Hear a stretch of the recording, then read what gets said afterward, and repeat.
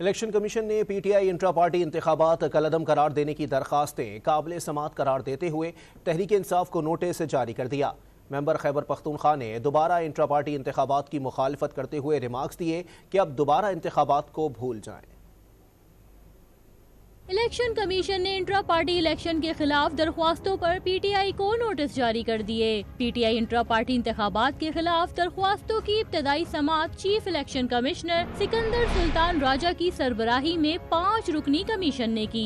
दरख्वास्त गुजार अकबर एस बाबर के वकील ने मौक़िफ़ इख्तियार किया कि इलेक्शन कमीशन ने पार्टी आइन के तहत इंतखाबात का हुक्म दिया था। इंट्रा पार्टी इंतखाबात के लिए वोटर लिस्ट नहीं बनी, नामजदगी का तरीक़ाकार भी नहीं था। पार्टी आइन में इलेक्शन प्रोग्राम का जिक्र नहीं है। इलेक्शन कमीशन पीटीआई को दोबारा इंट्रा पार्टी इंतखाबात कराने का हुक्म दे। मेंबर इलेक्शन कमीशन केपी ने रिमार्क्स दिए कि कमीशन ने शफाफ इंतखाबात कराने का हुक्म दिया था, दोबारा इलेक्शंस तो भूल जाएं। बार बार इलेक्शंस नहीं कराए जा सकते, पार्टी इलेक्शंस एक ही बार होते हैं। अकबर एस बाबर ने समात के बाद मीडिया से बातचीत में पीटीआई के इंट्रा पार्टी इलेक्शन को धोखा करार दिया और इल्जाम लगाया कि पार्टी कारकुनों से वोट का हक छीना गया। इंसाफ के वर्करों से धोखा हुआ है।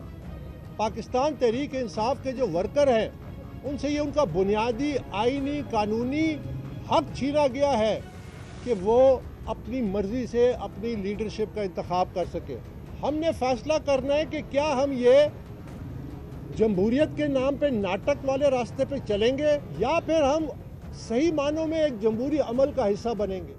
पीटीआई के इंट्रा पार्टी इलेक्शन के खिलाफ दरख्वास्तों की मजीद समात 12 दिसंबर को होगी।